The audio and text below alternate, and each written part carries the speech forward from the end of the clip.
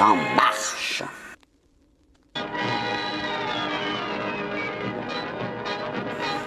La nature déchaînée.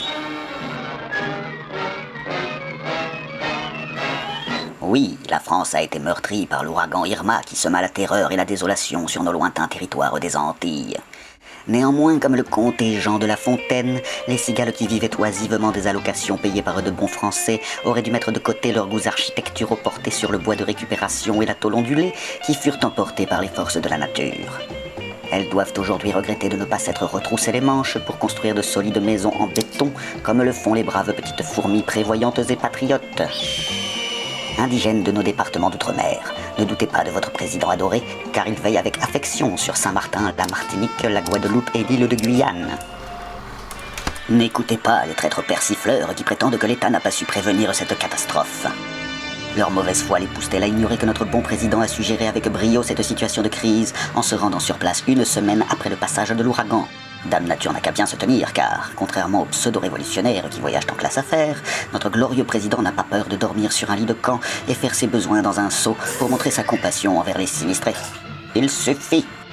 En ces temps troublés, les bons Français ont le cœur meurtri par une actualité bien plus dramatique. En effet, c'est une vague de désespoir qui a submergé le pays quand le grand artiste de music-hall, Florent Pagny, a annoncé son exil prochain au Portugal. Le chanteur engagé, que beaucoup comparent à Georges Brassens ou Léo Ferré, souffrait en silence depuis des années d'une terrible maladie. C'est avec humilité et courage qu'il prit la décision de révéler cette pathologie au grand public dans un cri du cœur.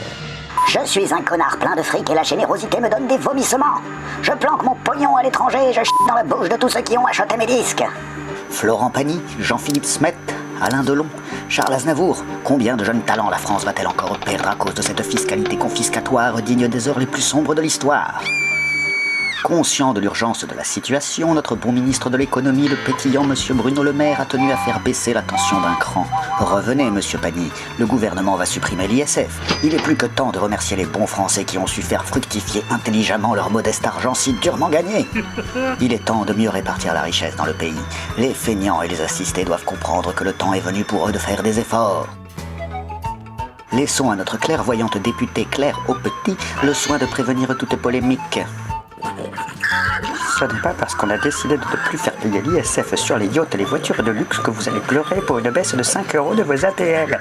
C'est à peine le prix de 3 paquets de pâtes. Le peuple est lassé de la prise en otage du pays par ses frustrés aux passions tristes et ses riens qui squattent nos gares.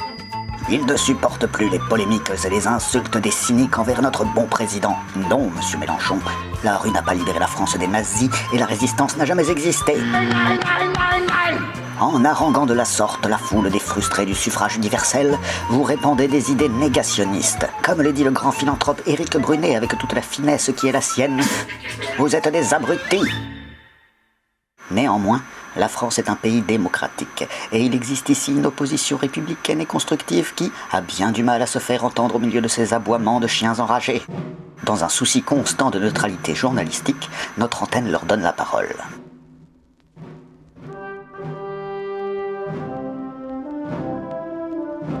Bonjour, je suis Philippe Torreton. Vous m'avez sûrement déjà vu lors de la cérémonie des Molières 2014 où j'ai reçu le prix du meilleur comédien. Aujourd'hui, je m'adresse à vous pour dénoncer l'action de ce gouvernement. Si vous poussez les intermittents du spectacle au suicide, je ne pourrai plus faire des films chiants que personne ne va voir au cinéma. Ayant eu l'honneur de jouer Jean Jaurès sur TF1, je suis celui qui peut parler au nom de toute la gauche. Face à la casse du Code du travail, la loi sécurité et la suppression des emplois aidés, la gauche doit s'unir fraternellement avec bon sens pour construire rien. Néanmoins, n'oubliez pas, Mélenchon est méchant, c'est pas bien de dire coup d'état social, et merci Monsieur Macron pour la suppression de mon impôt sur la fortune. Hypocrite!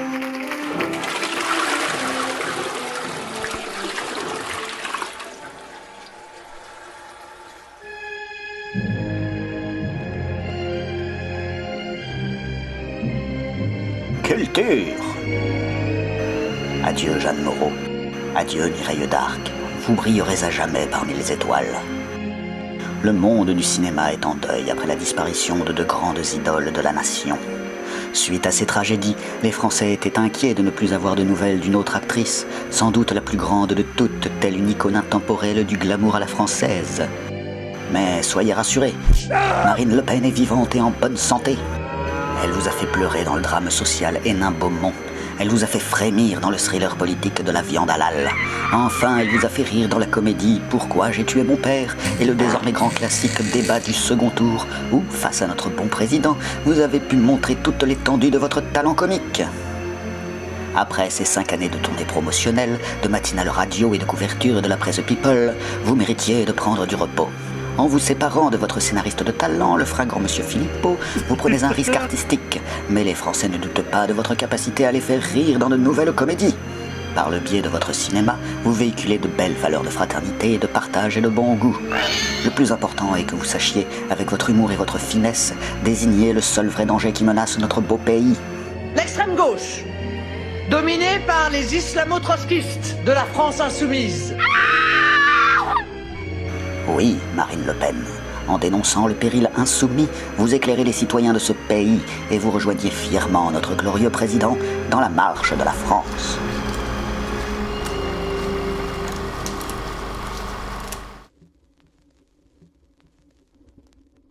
Si cette vidéo vous a plu, n'hésitez pas à la partager et rejoignez les bons Français en vous abonnant à cette chaîne YouTube. À l'instar de votre glorieux président, mettez des pouces bleus.